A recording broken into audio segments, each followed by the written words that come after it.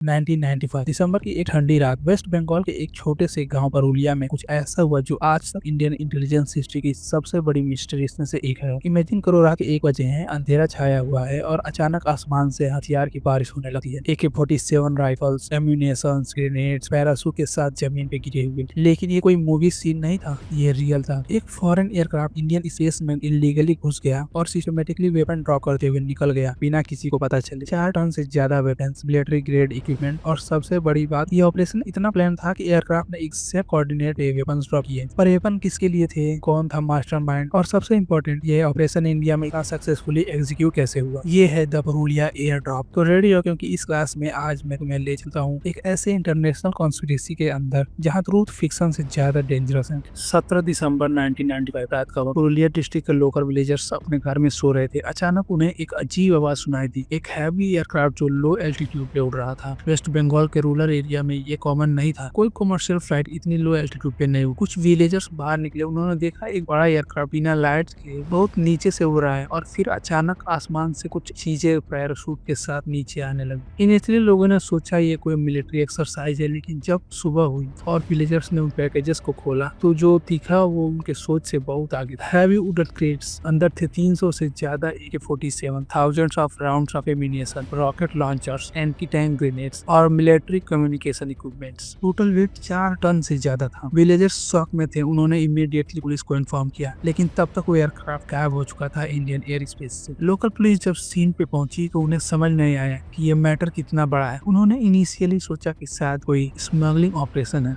और फिर शुरू हुआ इंडिया के सबसे कॉम्प्लेक्स इंटरनेशनल इन्वेस्टिगेशन में से। CBI, इंटेलिजेंस ब्यूरो और मिलिट्री इंटेलिजेंस सब इन्वॉल्व। पहला क्वेश्चन, ये एयरक्राफ्ट कहाँ से आई और कहाँ गई। एयरक्राफ्ट कंट्रोल रिकॉर्ड चेक किए गए और यहाँ पहली शॉकिंग डिस्कवरी, एक एयरक्राफ्ट ने फाल्सली आइडेंटिफाई किया था अपने आप को। रिकॉर्ड्स के अकॉर्डिंग एक एंटोनोव AN-23 कार्गो एयरक्राफ्ट ने 17 दिसंबर को वाराणसी से परमिशन ली थी फ्लाई करने की।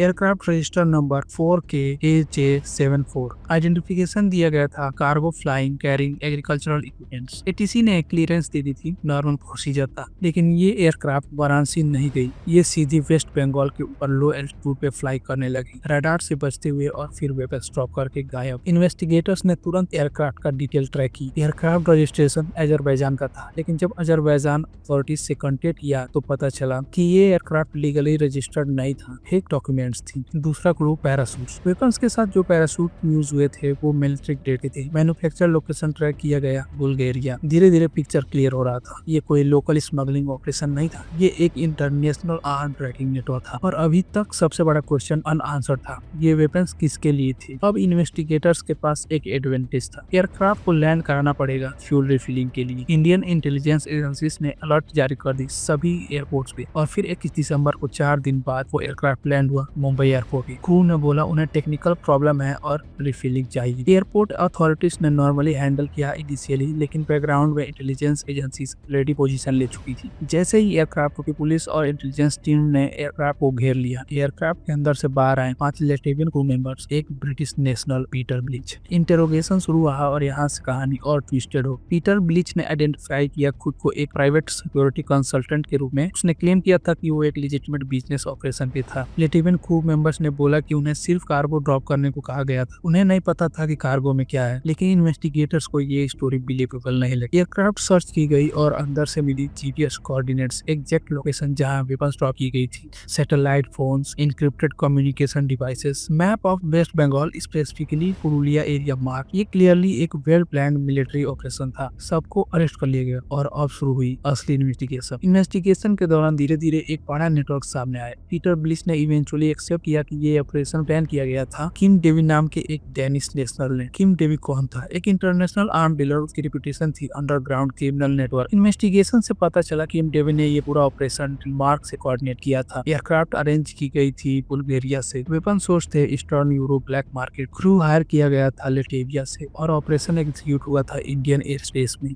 A perfect orchestrated international conspiracy. लेकिन अभी तक सबसे क्रिटिकल क्वेश्चन अनआंसर था, एंड यूजर कौन था, वेपन किसके लिए थी। यहाँ इन्वेस्टिगेशन एक डार्क जोन में इंटर कर गई। पीटर ब्लिच ने क्लेम किया कि वेपन डिलीवर होने थे आनंद मर्गा ग्रुप के लिए, एक रिलीजियस पॉलिटिकल ऑर्गेनाइजेशन जो वेस्ट बंगाल में एक्टिव थी। आनंद मर्गा का हिस्ट्री कंट्रोवर्शियल था। 1960-70 में उन पे एलिगेशन था वायलेंट एक्टिविटीज 20 के, लेकिन आनंद मार्ग लीडर्स ने कैटेगरिकली डिनाई किया। उन्होंने बोला ये एक फ्रेम अप है। इंटेलिजेंस एजेंसीज को डाउट हुआ क्योंकि वेपन्स की क्वांटिटी इतनी ज्यादा थी, 4 टन, ये किसी स्मॉल ग्रुप के लिए नहीं हो सकता। तब एक और थ्योरी सामने आई, पॉलिटिकल कॉन्स्पिरेसी थी। कुछ इन्वेस्टिगेटर्स का मानना था कि ये वेपन्स किसी मेजर पॉलिटिकल डिस्टेबलाइजेशन प्लान का पार्ट था, शायद किसी इंसर्जेंट ग्रुप के लिए, शायद किसी राइवल पॉलिटिकल फिक्शन के लिए, लेकिन कॉन्क्रीट एविडेंस कुछ नहीं मिला और यहीं से केस और ज्यादा मिस्टीरियस बन गया। सबसे बड़ा ट्विस्ट अब आने वाला था। किम डेविड द मास्टरमाइंड इंडिया में था जब ये ऑपरेशन हुआ। इंटेलिजेंस रिपोर्ट्स के अकॉर्डिंग किम डेवी ऑपरेशन मॉनिटर कर रहा था ग्राउंड से। वो कोलकाता में था ड्यूरिंग द आर्म स्ट्राइक, लेकिन जब अरेस्ट होने लगी किम डेवी गायब हो गया, लिटरली वैनिश्ड। इंडियन एजेंसीज ने पोर्ट, एयरपोर्ट्स, बॉर्डर सब जगह अलर्ट किया, लेकिन किम डेवी निकल गए इंडिया से।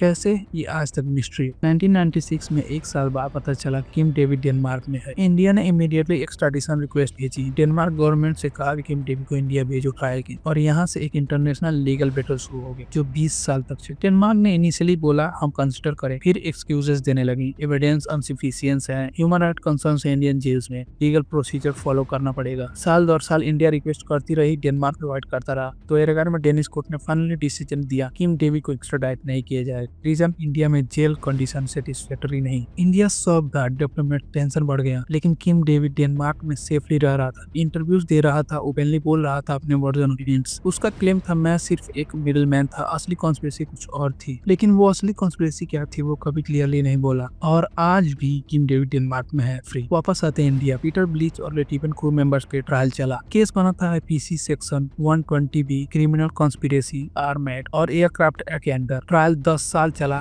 2000 से 2010 तक। विटनेसेस, एविडेंस, टेस्टिमोनी, सब कुछ डिटेल्ड इन्वेस्टिगेशन हुआ। 2010 में वर्डिक्ट आया, Peter Bleach life imprisonment, Latvian crew 5 to 6 year imprisonment. Peter Bleach ने क्लेम किया था कि वो एक्चुअली एक ब्रिटिश इंटेलिजेंस ऑपरेटिव था और ये ऑपरेशन इनके गवर्नमेंट का नॉलेज भी था। उसका कहना था मैं एक स्केप गोट बन चुका हूँ, असली कल्प्रिट को प्रोटेक्ट किया जा रहा है। ब्रिटिश गवर्नमेंट ने इनिशियली सपोर्ट नहीं किया। ऑफिशियली बोला पीटर ब्लीच प्राइवेट कैपेसिटी में काम कर रहा था, लेकिन behind the scenes British diplomat pressure बना रहे थे इंडिया पे कि पीटर ब्लीच को रिलीज किया जाए। और फिर 2004 में एक सरप्राइजिंग डेवलपमेंट, लेटेवियन क्रू मेंबर्स को पार्डन मिल गया। लेटेविया के प्रेसिडेंट ने इंडिया से रिक्वेस्ट की और इंडिया ने ह्यूमैनिटेरियन ग्राउंड्स पे रिलीज कर दिया। पीटर ब्लीच अकेला जेल में रहा। 2010 में लाइफ इम्प्रिजमेंट मिली, फिर 2004 में अपील्स पेटिशंस, और फाइनली 2017 में पीटर ब्लीच को भी पार्डन दे दिया गया। प्रेसिडेंट ऑफ इंडिया ने क्लेमेंसी ग्रांट की, वो इंग्लैंड वापस गया और आज ओपनली इंटरव्यू देता है, अपनी साइड ऑफ स्टोरी बताता है। उसका क्लेम अभी भी सेम है, मैं एक कौन था, असली गेम कुछ और था। आज ऑलमोस्ट 30 साल के बाद हम सब फैक्ट नहीं जानते। किम डेवी डेनमार्क में है फ्री, पीटर ब्लीच इंग्लैंड में है पार्डन, लेटिवन क्रू वापस अपने कंट्री में है रिलीज्ड, लेकिन असली कल्प्रिट, असली मास्टरमाइंड, एंड यूजर्स अननोन। ये केस एक रिमाइंडर है कि इंटरनेशनल क्राइम इतना कॉम्प्लेक्स होता है और कितनी आसानी से पावरफुल पीपल बच निकलते हैं। शायद कोई फ्यूचर में फाइल डिस्क्लोजर, शायद कोई इनसाइडर ट्रूथ रिवील करे। तब तक पुरुलिया आर्म ड्रॉप रहेगा एक अनसॉल्व मिस्ट्री, एक ऐसी कहानी जिसमें सबको पता है क्या हुआ, लेकिन कोई नहीं जानता क्यों हुआ। मैं हूँ सेंसर शुक्ला और इस क्लास के लिए बस इतना ही। फिर मिलेंगे नेक्स्ट क्लास में। तब तक के लिए ta-ta, take care, bye bye, see you later, जय हिंद।